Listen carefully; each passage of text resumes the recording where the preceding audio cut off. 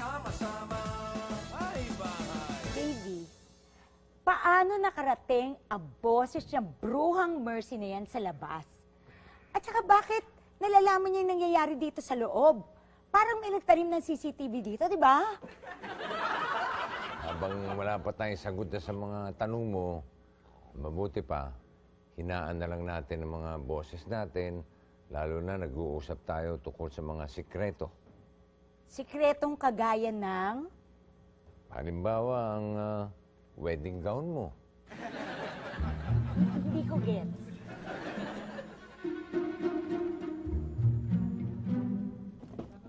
Oy, grabe kayo ha. Nag-date na nga kayo. Magtutukaan na naman kayo. Saan ba kayo nakarating? Tsaka bakit nagsisimula kayo madaling araw? Ay.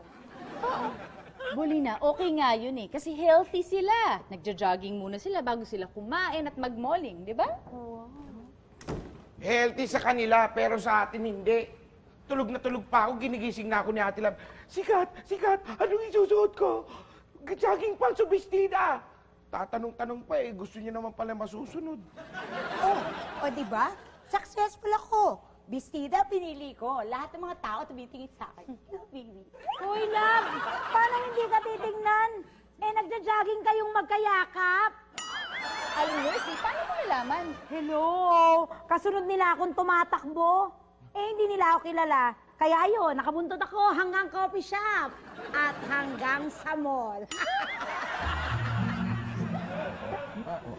Hindi, Easy, easy. talaga, Aling Mercy!